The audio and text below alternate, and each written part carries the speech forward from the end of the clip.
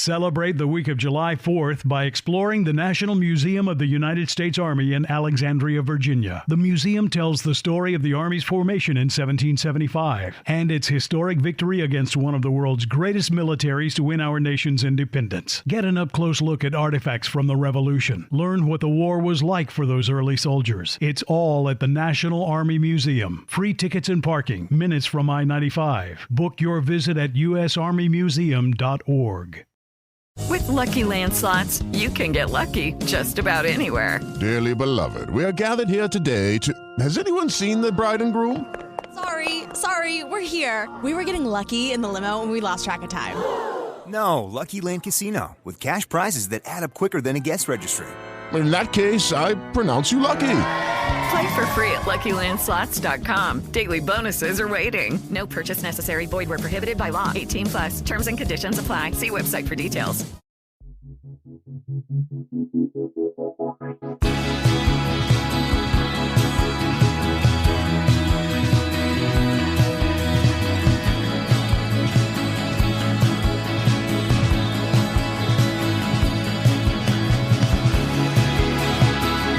You're listening to 100 Words or Less with Ray Harkins.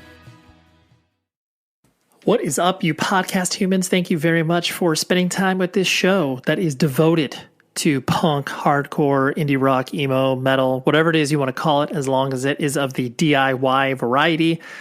That is what we're having conversations about. And today, of course, is no exception. We've got Sean Leary, who plays in Loma Prieta and also plays in Jerome's Dream. If you haven't listened to the new Jerome's Dream record, you need to absolutely check yourself and dive into your favorite streaming platform or just buy the record cold, because trust me in saying this could potentially be, some top 10 records of the year for me personally. And I just like it when bands continue to, I guess, not even reinvent themselves, but just continue to put out really, really good material. And this Jerome's Dream record just blew my mind. So I had to have Sean on this podcast because, interesting dude. Definitely has lived a unconventional life, all centered around art and playing in bands and that sort of stuff. So great discussion. But let's talk about some ways that you can support the show. You can support the show by first. All this is free, by the way. So I'm not pressuring you for money, obviously, because that's not the thing here. You can support the advertisers in the show. That really, really helps. But email the show, 100wordspodcast@gmail.com. And you can also leave a rating and review on Apple Podcasts, or you can leave a rating on the Spotify platform. Those are free ways that you can help out this show because it all feeds into the algorithm. All I care about is other people discovering this show that need to know about it. So that's all I'm really doing here. And then on top of it, obviously, if you want to share this on social media, that always helps. You can tag stuff, tag bands, just be like, love this episode.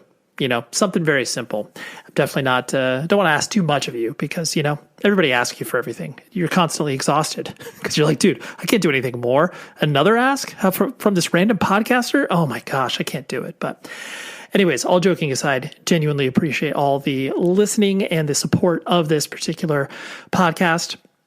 Speaking of support, I just got back from the United Kingdom. I was over at Outbreak Fest doing some live chats, which I will be bringing to you on the Outbreak Podcast feed. So dive into the show notes for this and you'll be able to click a direct link that will subscribe you to the Outbreak Podcast. I'll be bringing a few over to this podcast feed, but follow along there because you're going to get every single one. I did 15 different chats. I was talking basically all weekend, but holy moly, that festival is incredible.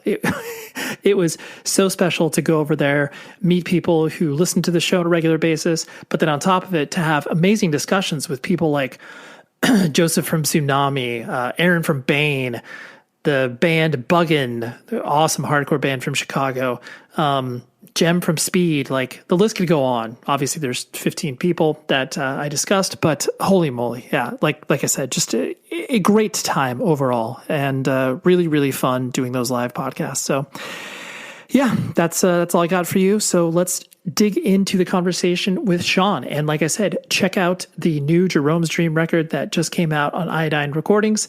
Buy it. Just go ahead and buy it. Like you will not regret it. I can guarantee that. So let's go.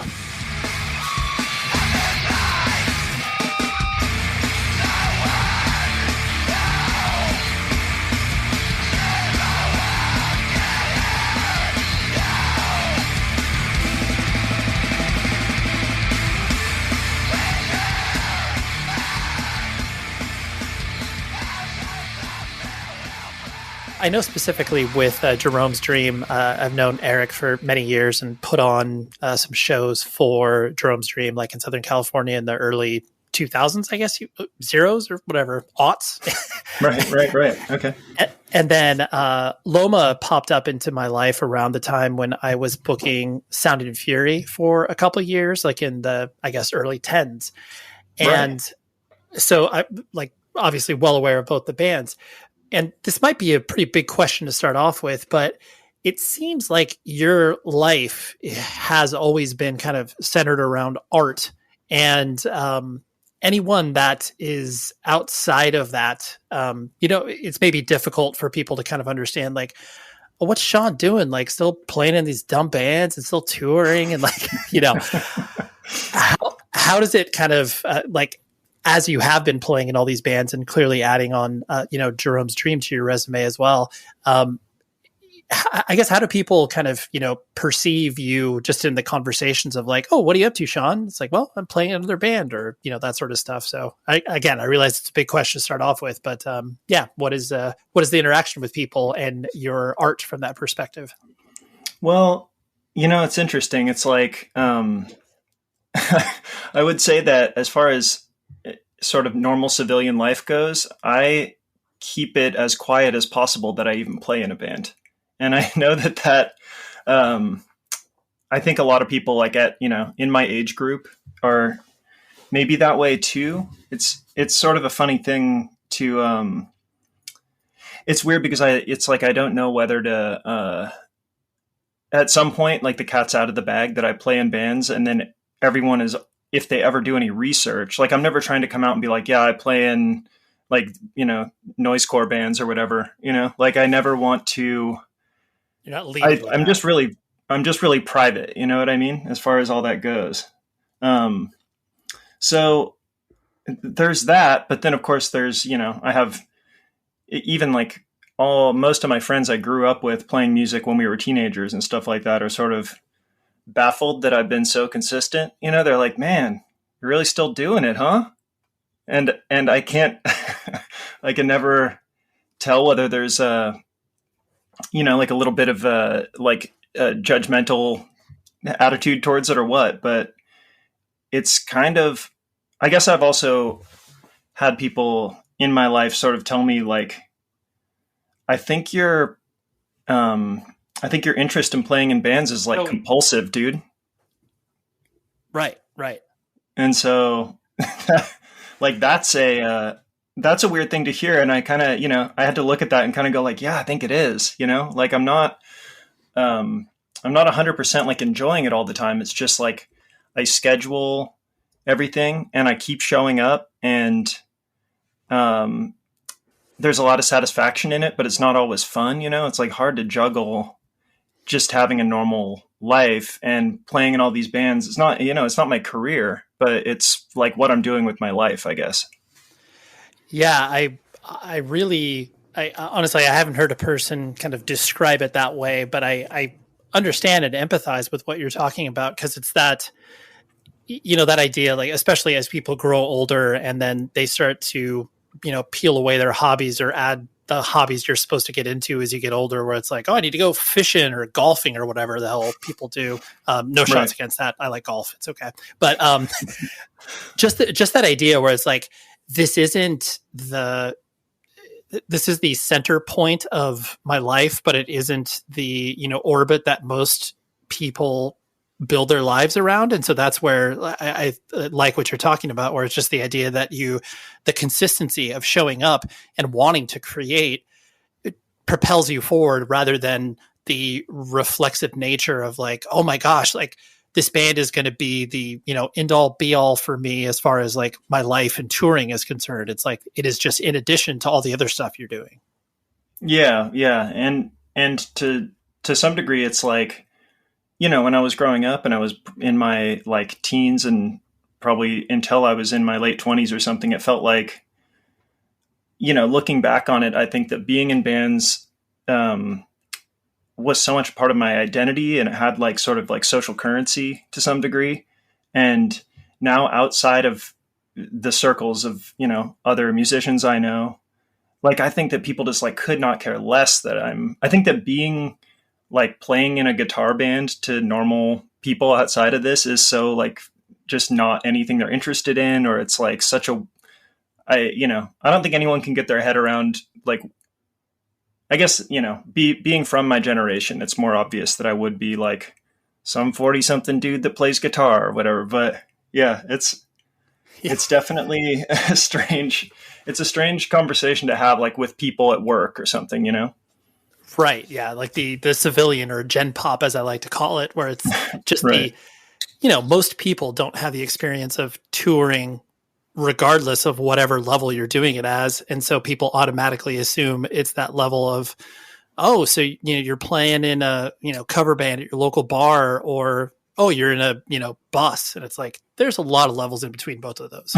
Right, exactly. Yeah, no, there's a real misunderstanding about the what the majority of people are doing who are, living that life. Sure. And to your point too, just the idea that you wouldn't have the time to be able to explain to a person, well, it's like, no, actually we use 15 passenger vans, and maybe if we're lucky, we have a trailer. And like, it's like, right. I don't have the time to go into this. Like, you're just your eyes will glaze over and you'll be bored. Yeah, I have practice to go to. I don't have time for that. Totally. I gotta make loud noises with my amp. So like, see you later. Exactly. Yeah. Which loud noises with amp is a perfect pivot point where we can talk about your, correct me if I'm wrong, but your upbringing was in Northern California, correct? Yeah. I grew up about an hour north of San Francisco. Okay. What town in particular? I grew up outside of Petaluma, which is, yeah, it's a funny, it's interesting because I left there basically as soon as I could, like when I was, 17, 18 years old. But now whenever I tell people that I'm from there, like other people in the Bay Area or whatever, they're like, "Oh, Petaluma, it's so cute. It's so hip." And my perspective growing up there was that it was the country and it was terrible and people were really conservative, and I like couldn't wait to get out of there basically. But yeah, so, but in a way it was great because there was a really weird punk scene there. And I think it has a lot to do with where I ended up musically, because it was sort of pretty backward and disconnected from like the Bay Area punk scene. And people were just doing weird stuff. And it was cool and free. And I still got to see kind of like relatively bigger shows. But yeah, it's just interesting. I always think like if I'd grown up in Berkeley or something, then things would have been different. I think the lack of the scarcity of things and the people having to sort of figure it out on their own, kind of pre-internet. And, there was just a lot of like punk when I was growing up, where I was growing up, really did kind of mean freedom. And like people would kind of talk trash on bands that just sounded like 2/4 like punk rock, So I think that kind of set the bar in a certain way, where when I started like hearing bands that I thought were interesting, but relatively like fit into the world of punk, that's what I connected with and sort of like what I wanted to do, I guess. Sure. Well, I think you hit the nail on the head in regards to that, like the proximity to a scene where you can go to shows and have access to culture, but far enough removed where you are not going to have this like, mecca of people going where it's like, oh yeah, of course you're going to hit San Francisco or Berkeley on tour. It's like, no, like having shows in Petaluma. Like I know bands have obviously done shows there over the years, but that's not, common. Yeah, it was definitely very much like a, you have to make it yourself kind of thing. Like people were bringing bands through on tour, and that's surprising looking back now, because as a kid, I didn't really have any concept that it was weird for a national touring band to stop in like, Petaluma has like a sign when you drive in that says the chicken capital of the world. And like that is what, it's like a country town. So it's funny that we had venues that would support like actual shows, but at the same time, yeah, the punk scene was mostly just weird bands. I think it's that thing where it's like maybe, you know, it was like Primus was from up there and bands like that. So there was always this influence of just freaky stuff. And I was never into Primus, but you definitely, like, every band had like the Primus guy in it. And so there couldn't just be like a normal band, because it was always like, oh dude, you can tell that drummer is, you know, he's definitely like playing a bucket, you know? Yeah. Oh, yeah, totally. It's like that improvisational nature that people understand. That's like, okay, I got to be into something besides what's being played on the radio or whatever. And so I'm going to gravitate towards this weird stuff that, like, I've just randomly seen, you know, either through friends of friends recommending stuff or what's happening at school or whatever the case may be. Right. Yeah. And so you, I know if my internet research proves me right, you are an only child. And what was the, you know, like mom and dad in the house as far as your family structure was concerned? I had a pretty unconventional upbringing. Like my parents are pretty far apart in age. Like my dad was, I think, 20 something years older than my mom. But, you know, kind of interestingly, it was like he was still the, like, you know, immature one in the relationship. And so, yeah, basically my parents split up, you know, when I was maybe 3 or 4. And then my mom basically decided to go to college. So she was like in her early 30s at that point. And so, yeah, my childhood was funny because it was like we lived out in the country, you know, maybe like a 20-minute drive from Petaluma or something. And my mom was like in school the whole time. Like she went straight through and got a master's degree. So from the time I was 4 till I was maybe 13 or something, she was just like super busy, like working and going to school. So I kind of just spent a lot of time on my own. Like I was like just out like building forts and like kind of trying, you know, from the time I was maybe 9 or 10, like I had a guitar and was like trying to figure things out, but I had no real input, you know? So it's interesting, you know, I like think back on that and I'm like, sounds kind of sad when you say it out loud. Like, oh yeah, I was the only child in the country. There was no one around, but it was kind of awesome. Sure. And I think I'm like a little bit warped for it, you know, cause like I sort of find myself in, I don't know, particularly like in situations that feel like official at all. Like if I'm working, I like don't really, or in school, like I kind of didn't know how to like relate to people on like just a normal level. Like I'm not like a conversation starter, you know, because sure. I just kind of was like this like feral kid and just was like building bike jumps and forts and, you know, like, yeah, I could just kind of like do what I wanted. And so I don't know, I think there's some level where playing in a band and particularly like touring when I was young felt like I was getting back to that kind of level of freedom because there's not really anyone to answer to, especially with touring in like a DIY punk band where you and your bandmates are making the decisions about where you're going, about what you're going to do. And you basically just have to like stick with each other and you're going to, you know, not really answer to anyone but each other. Right. And get from point A to point B. And yeah, I mean, I know this sounds very grandiose, but just like, you know, create your own destiny and adventure. It's like, no, I think that, yeah. Yeah. But, and I see what you're talking about where, and I'm sure playing in bands and starting to socialize with people who might have similar interests also probably pushed you to a spot where you were at least comfortable, you know, maybe striking up a conversation in that context, as opposed to, you know, at school where it was like, I don't really feel like I've got anything in common with these people. So I don't know. Right. Yeah. Yeah. It's like, I've always felt perfectly comfortable, you know, in the worlds where I feel I fit, you know what I mean? Like in the music scene. And I guess when I was in school, you know, like junior high, and I only went to high school for 1.5 years, but when I was there, I would like see someone who obviously like was into the same stuff I was into and just go and, you know, just act weird at them, you know, like I was like, all right, that guy's got a Black Flag shirt. I guess we're friends. I am thrilled to welcome on a new sponsor of this show, and that is Sunday Drive Records. They are a very, very cool independent record label based out of Texas, and you need to go to their website. You can find a link in the show notes, but it's also sundaydrive-records.com. they really remind me of a lot of stuff that was happening in the 90s in regards to releasing like hardcore and indie rock. Like it's a very initial records type of vibe. Basically, working with bands that are on the up and up. Like I'll just give you some examples. And honestly, I love all this stuff.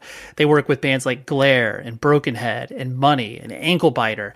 And as long as it kind of has that, punk, hardcore, indie rock, emo influence, they're so down to work with them. And they have a very, very cool aesthetic. And I just love what they do. So once I got to know the label owner and we became friends and I got to meet him a few years ago at the Program Skate Shop here in Fullerton, I was ecstatic to be able to, let you, the user and the listener of this very podcast, know about Sunday Drive Records. So go to sundaydrive-records.com, shop around, listen to some bands, and find your favorite new thing, because that's definitely what I do when I trip across their website and their Instagram and listen to their new bands that they sign. I love it all. So Sunday Drive Records, shout out to you. Leftovers.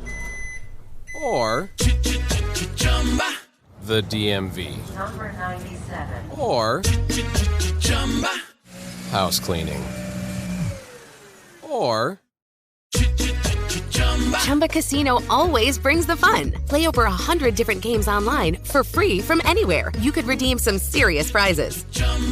ChumbaCasino.com. Live the Chumba life. No purchase necessary. Void where prohibited by law. 18+ terms and conditions apply. See website for details. With that kind of what you're talking about, the isolation in regards to just where you're growing up and kind of the disparate stuff that your parents were obviously doing to keep a roof over your head and obviously send you to school and all those things. When you started to go to school, what was your interest lying in? Was it, primarily, because it sounds like obviously what we were talking about at the beginning, art was always, whether it was drawing, painting, photography, like you were always kind of dabbling with that. Has that always kind of been in your DNA, so to speak? I think so. I mean, my mom basically was, when she went back to college when I was a kid, she was an art major, and she still is. My mom's a watercolor teacher now. Amazing. And she's just like, a really talented person. And, so it was like cool growing up around that. And I did spend a lot of time with her. She was going to Sonoma State University. And so I was like, I guess, I spent a lot of time like alone at home, just like doing whatever, or she would take me to school with her and I would just have to kill time, like cruising around the art department. So that was fun. Like I'd always just be kind of like checking out, like hanging out in the sculpture room, talking to weird grownups or whatever. Right. And so, I think I was always interested in art. My mom's friends and my dad's friends too. I spent some weekends with my dad, and it was kind of like they both were surrounded by creative people. And I have like an older half brother who's much older than me, 16 years older. And he was always playing in bands and stuff. So, art was always sort of, it's funny. Like it just felt like that's what, as a kid, I don't think that I had any concept that wasn't what, I mean, I guess I knew that my other friends' parents were, building houses or were doctors or whatever they were doing, but on some level, I just liked to sit around and draw. And then I think when I got to be like in junior high, I had a friend who got really into photography. And so I, kind of like he and I would like skate together, and he just always had a camera with him. And I thought it was interesting. So we kind of built out like a dark room in his basement together, and I got super into photography. And then that was like basically all my first, pretty much, I mean, almost every job I've ever had in my life has been photo related. Like when I was in 9th grade, I got a job at a photo lab, and I had a couple like cafe jobs and stuff, but it's pretty much been like since the mid 90s, I've been like working, doing photo stuff. So that's sort of like another, it's like really fortunate. And it seems strange because I've made like 0 life plans ever. Yeah. So it's like totally funny. I'm like, man, that's crazy that I've had this consistent thing that I don't even think I thought of as a career until like the last 5 or 10 years. It was just like, need to make enough money to keep going on tour. All right, cool. Well, I know how to process film, and then later things went digital, and I was like, I'm good at Photoshop. So, I'm good at digital teching. Like, so yeah, being around art has always felt very comfortable to me. And, I feel like it was a natural progression. I mean, I think to your point, just that idea, like, especially when you start to feel like you have some control over your life and you're making your own decisions, arguably like in high school where you start to be able to, have more of your own path, but you're not thinking about it in those terms of like, oh, this is like going to practically help me later on in life, besides like, maybe getting okay grades or whatever, but you're not, right. You don't have the foresight to be like, oh, these skills I'm building with photography are really going to pay off in the future. It's like, no one thinks that way. Right. And yeah, if I had any sort of like practical thought in my brain at that age, I certainly wouldn't have like, pursued playing in punk bands as hard as I did. But, right. I'm glad I did. Like, life has been much more interesting for it, Yeah. Oh, absolutely. And so I'm guessing that kind of via skateboarding and is how you got introduced to more, left of center, like punk and hardcore stuff. Dude, interestingly, I think I'm one of the few people, because it's like I listen to interviews with musicians who I respect often. Almost everyone's story is that skating was the avenue. And Sure. It's funny. For me, it was kind of like skating was something I was doing for like maybe a year in junior high. And I think that I was just too tall and like awkward, and I didn't have like my center of gravity is not, doesn't work with it. Like, I just kept hurting myself. And I felt like in my hometown, like, I guess the thing was, once I started kind of like cultivating my own identity, I just didn't want to be around like macho dudes and like jocks. And I kind of, when I go to the skate park, I'm like, man, these dudes are just like jocks who smoke weed. Like, these guys suck.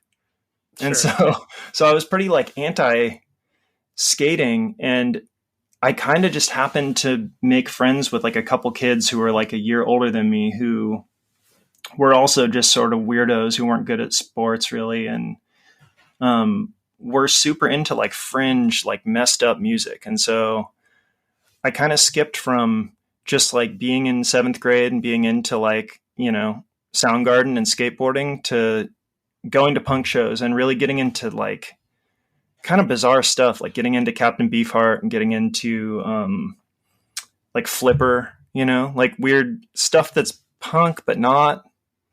And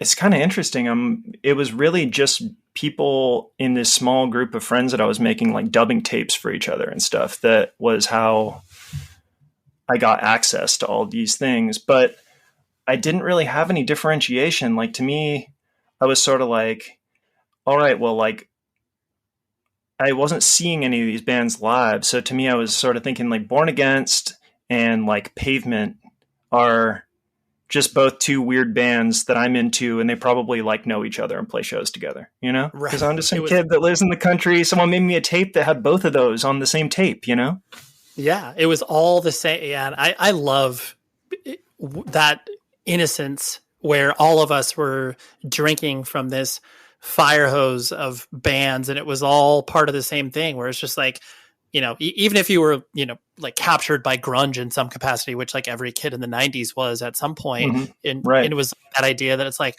oh yeah, dude, Bush and Rage Against the Machine, like obviously they're both played on the radio, like they probably played some shows together and stuff like that. I mean, Right. it's just that idea where it's like, it's all part of the same thing. Cause like you said, it's all put in the same tape. Right, exactly. And to me, it's sort of like, well, it all seemed equally far away from like Guns N' Roses or something, whatever I'd been listening to when I was a couple years younger. So, right. Yeah, I just had no real concept. But yeah, it was. So I think all that stuff. It's sort of. I think that was important for my sort of musical development. Absolutely, for sure, because you. Arguably too, like whatever you were getting into might not have ever got the cool cosign if you were, really in the scene at that point because it's like, oh, dude, I can't believe you like that band. That band sucks or whatever. It's like one friend says something and it forever sticks in your brain as not being cool. Or not. And then it's just like, oh, wow, I should have listened to this band because they were great. I shouldn't have listened to that, random kid at a show or whatever. Totally. And, kind of by that same token, I will say, like, the kids that turned me on to all this totally bizarre stuff when I was like just a little kid, they were hyper judgmental of, like, it was sort of like, all right, if you're going to be listening to these cool tapes I'm making you, like, no more Nirvana, dude, like that kind of thing. And so there was this period of time where I, just totally took a left turn and was like, yeah, Nirvana's not interesting anymore. And now, of course, I'm like, once I sort of like regained my own sense of self, I'm like, dude, Nirvana's still the best, one of the best bands of that generation, or, maybe, I mean, I still listen to Nirvana actively all the time, but there was a couple of years where it was like off limits, Yeah, of course. Right. You go through those phases where it's like, oh, it's not cool. And then, now you find yourself like knee deep in a Pearl Jam book or whatever. It's like, oh, okay, it's pretty, actually they're pretty good. They're pretty good. Yeah. Dude, nostalgia is a powerful thing, Oh my goodness. You look like you like band merch, right? Well, let me put it this way. I love band merch. I'm obsessed with band merch. And rockabilia.com is the place where I like to look for it. And if you go to that website right now and use this promo code 100 words or less, it gets you 10% off of your entire order.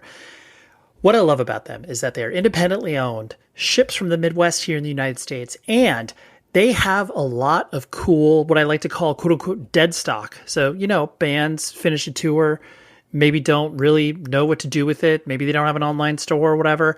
They ship it to Rockabilia because this is just me randomly poking around their site. They have an old 2009 Coheed and Cambria tour shirt. And they also have like an old Run DMC shirt from like, I don't know, early or mid 80s, something like that. Regardless, it is really, really cool. It's all officially licensed, no bootleg stuff. Rockabilia is a great company. Hardcore kids work there. That is why I love supporting what they do. So go to rockabilia.com. Please use the promo code 100 words or less, 10% off your entire order, and go shopping. Thank you, Rockabilia. When you started to get into the, more left of center stuff and started to, maybe dip down to shows in Berkeley and going to Gilman and stuff like that, were you immediately taken by the idea of playing in a band, or was that something you had to work your way up to? I think I was kind of playing in bands concurrently with all this stuff. It kind of started in, like, I had a guitar from the time I guess I had one from the time I was like a little kid, like 4 or something, but I kind of like I got like a better guitar when I was maybe 10.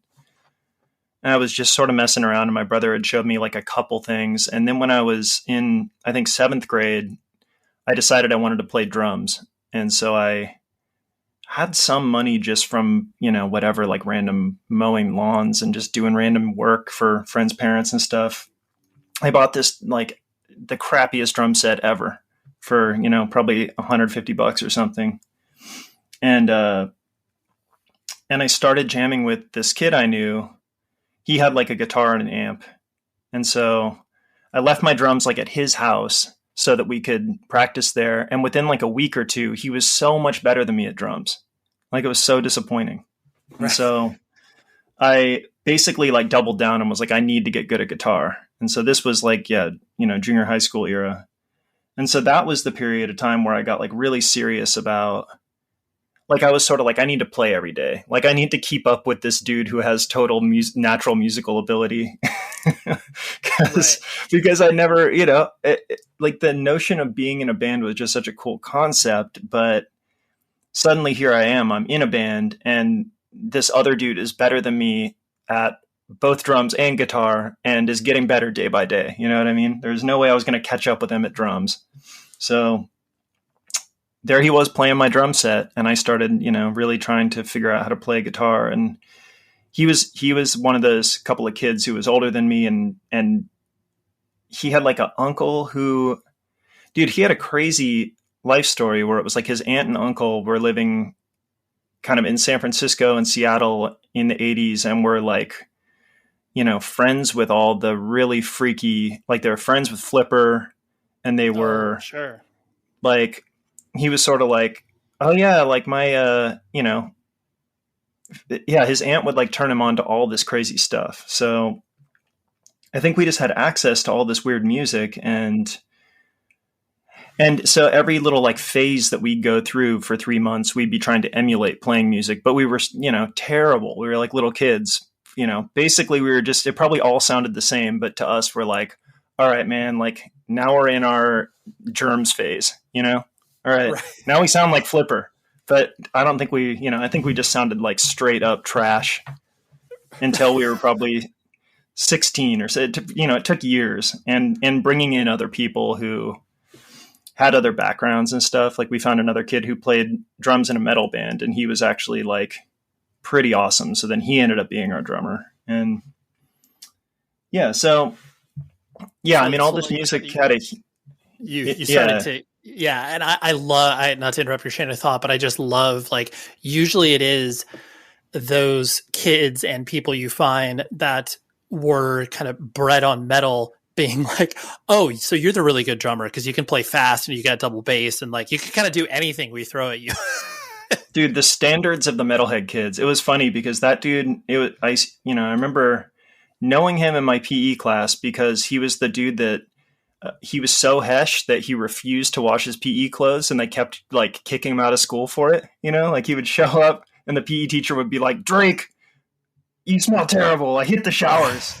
Go to the office. And I was like, this kid's kind of cool. And so, we kind of slowly became friends, even though I was not hesh. And I think it took like a year of, like we were like trying to figure each other out. But I became friends with him and his metal band. And it was so funny because they were such burnouts. Like they were just like dudes that would be like huffing and, getting drunk at school and stuff. And this is like in 8th grade or whatever. But then they were phenomenal musicians. And so it was this weird thing where I'm like, man, these guys seem like they have brain damage, but they're so good at music. Right. Totally. Like just being able to find someone who has some level of talent that clearly exceeds anything that you or maybe your other group of friends has, but it's like, oh man, just getting them sometimes to show up to practice or whatever, like that's, an insurmountable feat. Right. It's comical looking back at it, but yeah, it's so anyway, I wish I'd known more heshers because it would have really raised the bar, but yeah, totally. There just weren't that many to choose from in Petaluma. Right. I wanted to, you've articulated your love for bands like, Shotmaker and Three Penny Opera and all of those. I kind of bunch them into the, Great American Steak Religion, like, Union of Uranus, all that sort of stuff. I just think I'm with you and I love those bands as well. And I think that there is that, it's interesting to see the type of bands that, are able to, like, their legacies live on and people speak about them still versus bands like, I think Shotmaker really doesn't get the love that they deserve. I agree.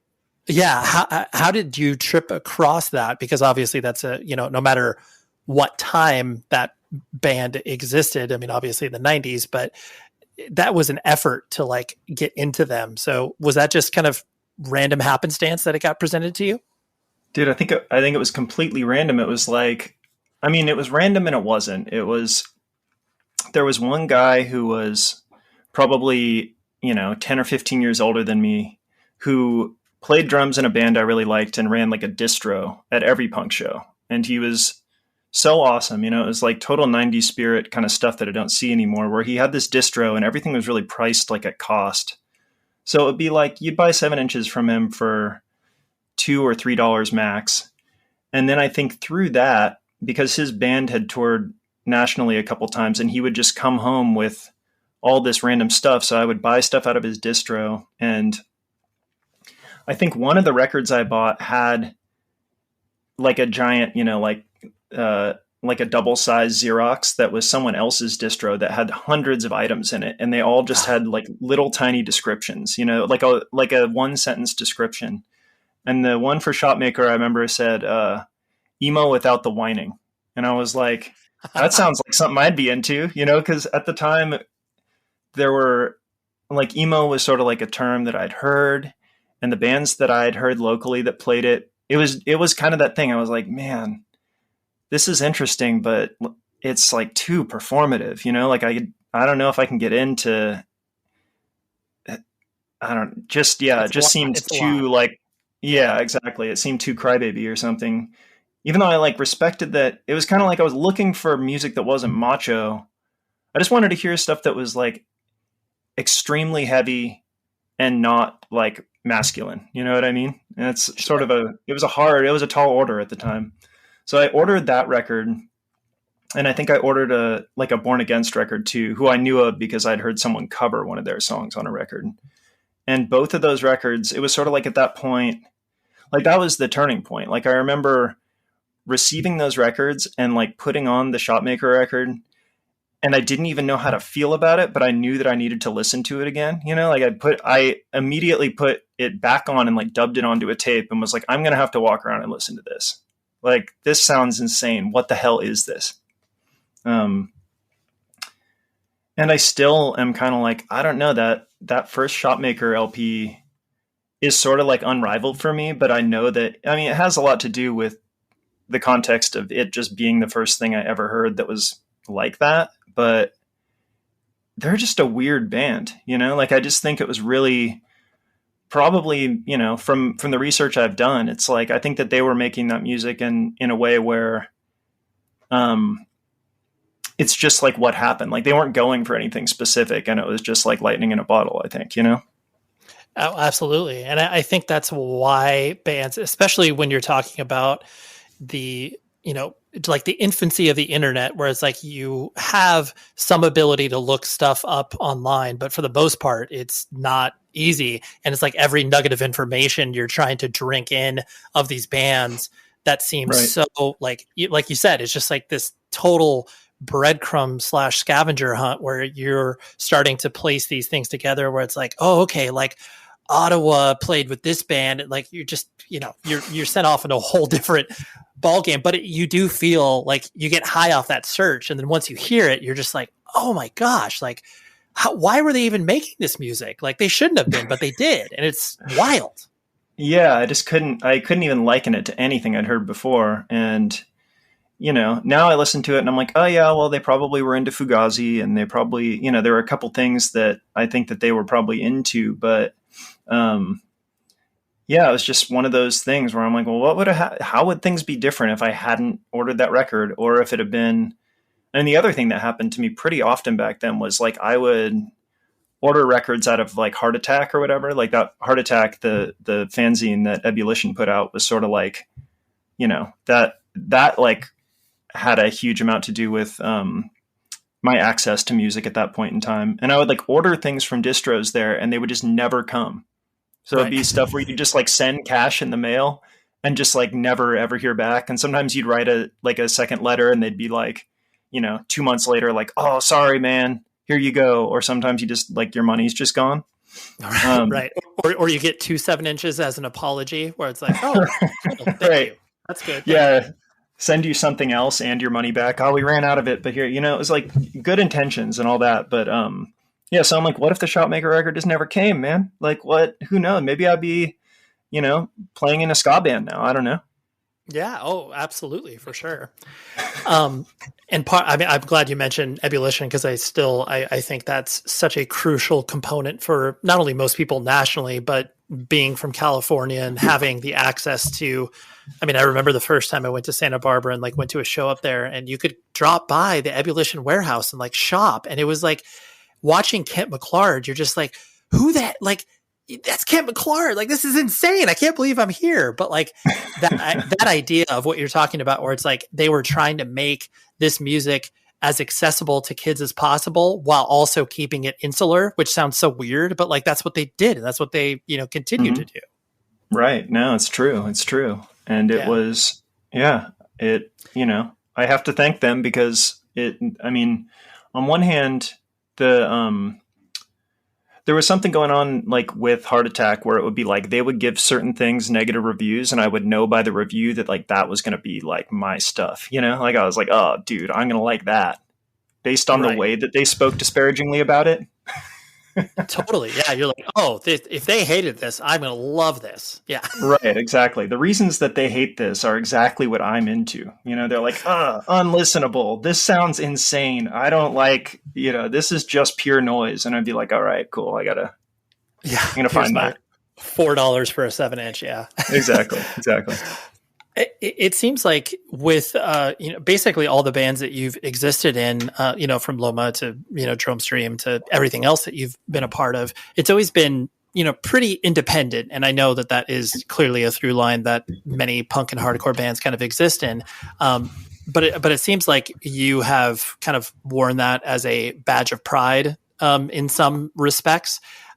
What's been your, I guess, experience with the business side of things? And I use maybe business in air quotes with, independent music and just the idea of like, all right, well, I know that we need to get paid $150 in order to make it to the next show. So we'll do that. But, we're not going to like look at this as kind of careerist opportunities or whatever. Mm-hmm. Yeah. I've kind of looked at it, and I think everyone in Loma Prieta has looked at it like, it's not like we're martyrs for being a DIY band. It's more that it makes the most sense for us. And really, yeah, it was kind of like at some point I kind of arrived at like, we're doing it selfishly. Like the reason that we didn't have a booking agent for a long time was because we felt that we could make better decisions about where we would, fit best. And we had a network of people that would book shows for us. And I've always felt weird about, trying to get people to pay you more than you deserve or things like that for sure, but it's interesting because, Loma Prieta is doing we're doing a tour for this new record that we have coming out at the end of June. And this is the first tour that we've ever done that's been booked by like a booking agent. And, and I have like really mixed feelings about it, but it's kind of one of these things where I think I kind of realized in the last 5 years, like the world of punk has changed around us, and I don't want to be, it's kind of like,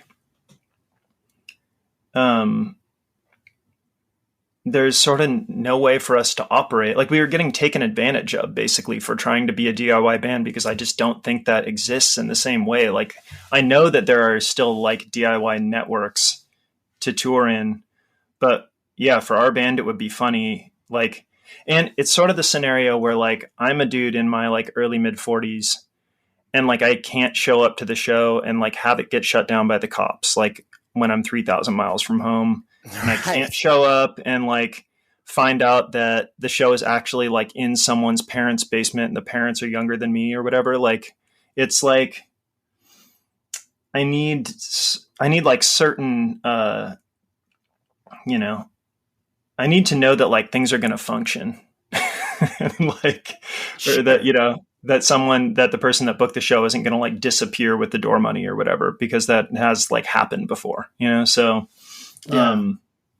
And we're just trying to exist as a band that can like afford to keep existing as a band. Like, I do not want in any way to like take advantage of anyone or, I don't care if our band is profitable. Like we're, really trying to make exactly the music we want to make and do things on like the terms that we want to do them. But it's also, yeah, it's been funny where we're kind of like, well, we want to tour with our friend's band who maybe like is, like less well known than us or whatever, but we can't because they have a booking agent and their booking agent like wants them to headline and wants them to get paid like this, basically like all of the money. And it's like stuff like that kept happening. And so we're like, well, I think we have to we can't be a DIY band anymore. This sucks, and I'm sure people will listen to this and be like, that's trash, because of course you can, but I guess it's also just a matter of like, I didn't get into playing in bands to deal with like the business side of playing in bands. And I certainly at this point in my life have way too much like adult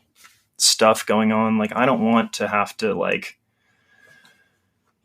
talk to venues about minutia and, negotiate money with people and stuff like that. So yeah, anyway. Long story short, we have a booking agent booking this tour, and it's been a lot easier than the last few. But it's a strange feeling to hand over the reins. Like we keep having these conversations where we're like, "Is this the right thing?" Like I feel weird about this, And I'm used to sort of knowing everything that's going to happen, but at the cost of like having to figure out everything that's going to happen. Yeah. No, and I think I understand where you're coming from, and I think it takes a shape of what it is that you probably, need as, like, obviously where all of you at in life, where the band is at. Like, there's definitely the ability to, operate off of flying by the seat of your pants for, a prolonged period of time. But then once it comes down to the fact that you're like, yeah, actually, like, what I'm doing here, like, I don't want to play, like, 25 shows in a row that are like the worst thing I've ever experienced. It's like, I want to have some semblance of organization. And like you said, just those, like normal things that you would want from a show. It's like, yeah, I don't expect 150 people to be here every night, but I would like the fact that, there's some level of promotion and like everybody's like holding up their end of the bargain. Like, we're going to show up and play. Hopefully everybody else is able to follow along from that.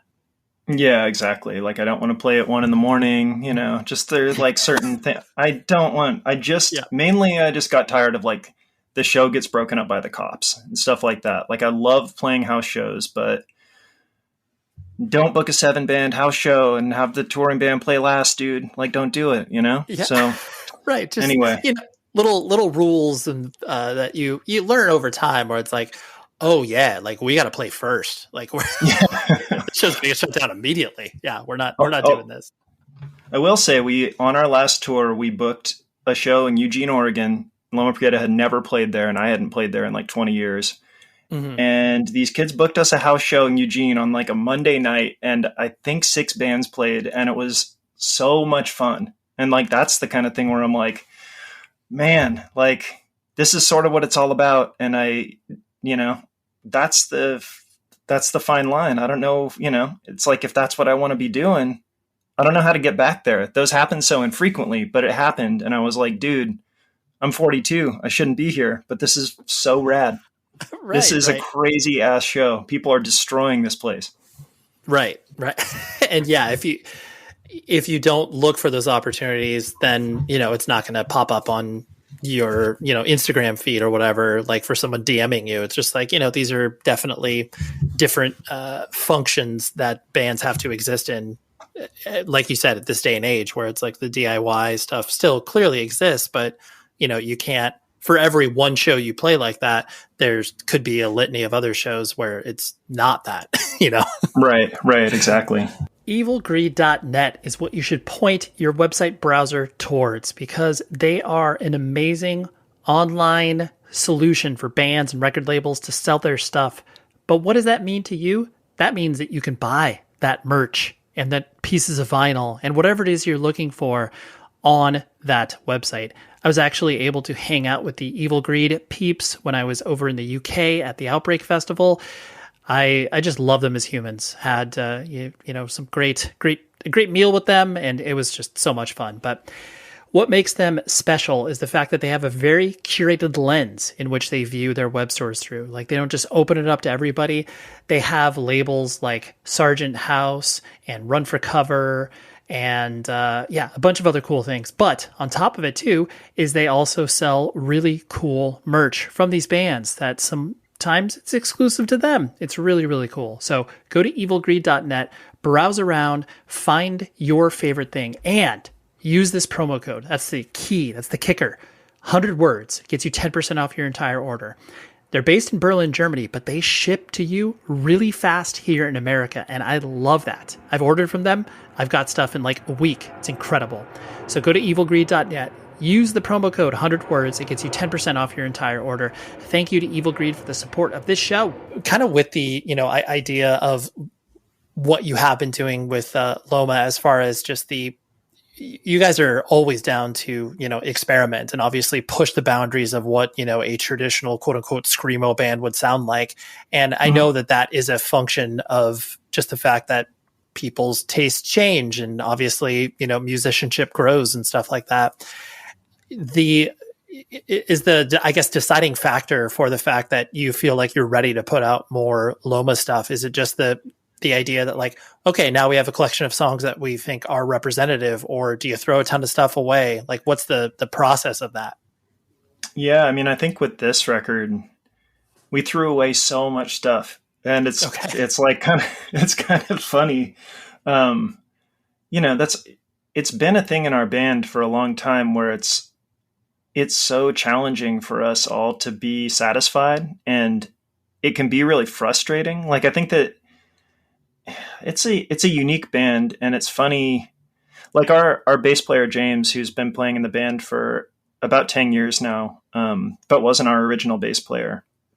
Like, he joined, and then a couple years later we were working on Self-Portrait, which was our last LP. And it was just like getting to a point where I think the three of us that had, kind of been in the band together for a long time were like it's like we're having disagreements, but they're just all about creative stuff and just sort of about that kind of thing where it's like we have 25 songs, but we can't really even agree on 10 to put out. And like, I don't want to call it arguing, but for lack of a better word, we're like arguing. Everyone's like so tense about the situation. And so I asked James, our sort of new bass player at the time, like, why is this band like this? And he was like, oh, dude, it's because in like a normal band, there's never like that many people that are that invested. Like there's usually like a hierarchy.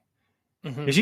There's usually like, if you're lucky, like one person who's sort of like, like psychotically invested in the band or whatever.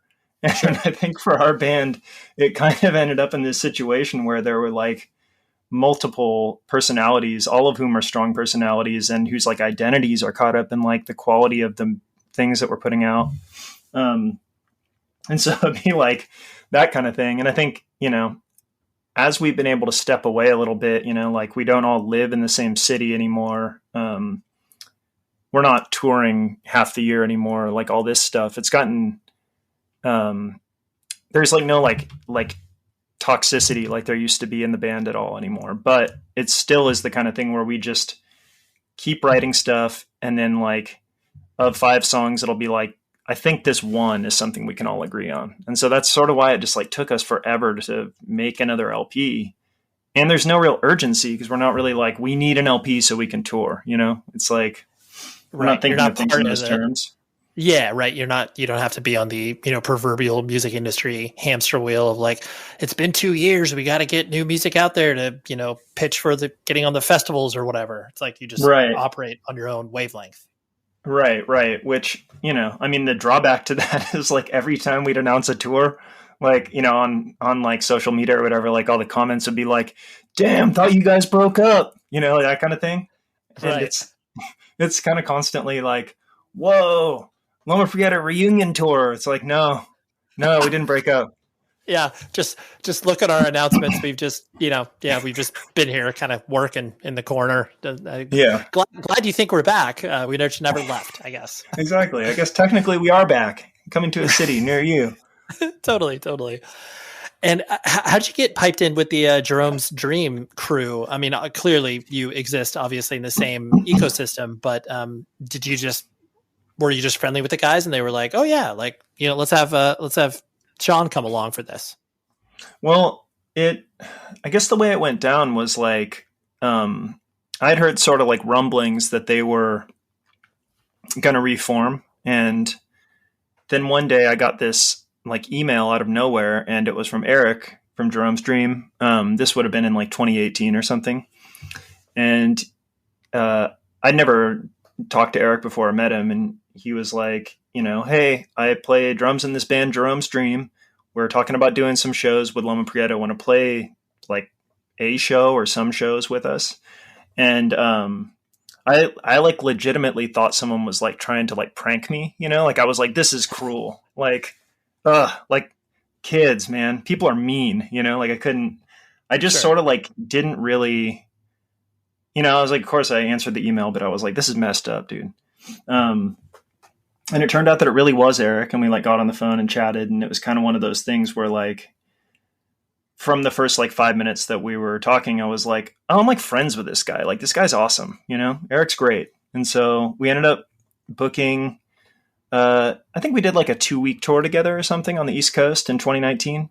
Okay. And at the time, like Jeff was living in San Francisco. So like he and I went and like met up and got dinner and stuff like before the tour. And also same thing with Jeff. I was like immediately like, I like this dude. Like, man, can't believe I didn't know this guy already. We live a few miles from each other. And so just became friends with them. And then I guess they sort of toured like a lot that year. And then kind of maybe the end of 2019, early 2020, they had some shows booked for like spring of 2020 in Europe. And Eric hit me up and was sort of like, hey, we need a second guitar player for this tour. Like, would you want to do it? And of course I was like, it's not something I've ever done. Like I've never gone out playing some band songs that I'm not really in or anything, but it was like, well, I really love being around these guys. It's Jerome's Dream. It's a band that I've been into since they were originally a band, I just think they're like a phenomenal band. And I thought that they really, like when we played together in 2019, I thought that they really brought it, I was like, oh damn, this isn't just some like reunion, kind of play a couple shows and like half-ass it, like they were like actually really, really good. So I was kind of like, oh dude, I'd be proud to go on stage for these guys, Right. So Eric was living in LA at the time. And so he came up and Jeff and I played just to like learn some songs. And it was immediately like musical chemistry wise, it was like everything felt great, like by the end of that practice, I was like, we know like a whole set. It sounds great. This is going to be awesome. And I think that was like the last week of February, 2020. So like, roll the calendar ahead like 2 weeks and we're on lockdown and it's, the world is ending. Right. And COVID hits hard. So all those European shows got canceled. And then basically it was like, in the year after that, I still was sort of like, I just stayed good friends with Eric and Jeff. Eric ended up moving up to San Francisco from LA. And so it was kind of like, they were some of the only people I was hanging out with during COVID because we were sort of like in this bubble together. And we started playing, we just decided that we'd get together and like play music, like not necessarily Jerome's Dream, it was just sort of like they wanted to get together and play. I have a practice space. And we immediately like started writing stuff. And then we were kind of faced with this weird thing where it was like, well, is this a new band? Like, what is this? Like, I don't know what to call it. And then we were kind of like demoing and recording this stuff. And it was like, everyone agreed like, well, dude, it sounds, if we call this something else and it sounds like Jerome's Dream, is that weird? Like it sounded, I was like, dude, this sounds like Jerome's Dream. And I think just because Eric and Jeff, as a rhythm section, like have such a like unique approach, I guess.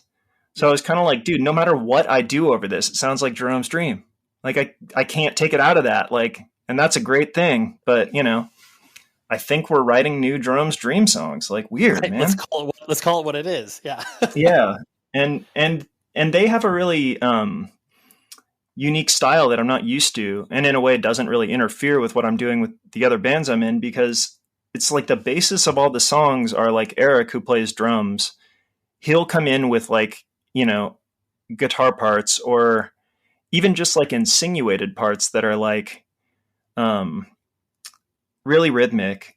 And so it's kind of like a wild thing to get into this headspace where it's like, the songs originate with the drummer, and I think that's why the band sounds like it does. Like, yep, everything is so rhythmic, and there's so much like pulsing and sort of coming and going of the rhythm section all the time. And so it's a really cool way to write. And for me, I'm kind of like, well, I'm not, it's like I'm not. The songs that I write aren't really going to Jerome's Dream, but it's more like, we get together and write collaboratively, but Eric is the basis for everything. Right. No, I see what you're talking about. And yeah, it makes sense with Jerome's Dream as far as the way they've always existed. It has always been with that rhythm first rather than, the way that other bands structure stuff. So it makes total sense. Yeah. It's just sort of fascinating to see it from the inside, because I was like, oh, that's why. Oh.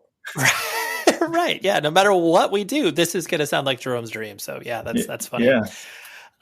The last thing I was going to hit on was the fact that, because primarily with Loma, just because that's where you've obviously had the most touring experience, you guys have definitely done a lot of touring, but a lot of unconventional bills, whether it's like, oh yeah, playing, with whatever Bane or Converge, and like always kind of, playing with bands that are like clearly part of like the hardcore and punk scene. But I'm sure that there have been those head scratching shows where you're excited to play and that maybe this is going to be a tough crowd to play in front of. Are there experiences that kind of stick out in your head of being like, not even like good or bad, but just kind of stick out as being like, oh yeah, like this was definitely a wild show experience from that perspective? Dude, there's been so many, it's hard to even narrow down, I don't even know where to start. It's funny, we had practice last night and we were talking about, we played this, this was probably like 2009 or 10. We did this European tour, and somehow we ended up getting put on this festival in Slovakia that was called Baghdad Mosh. And it was like, dude, it was crazy. It was like in this tiny little town, like, obviously, Slovakia is sort of like, pretty far off the beaten path as a country. And then this was like in a town that was small, in a region that wasn't near any city.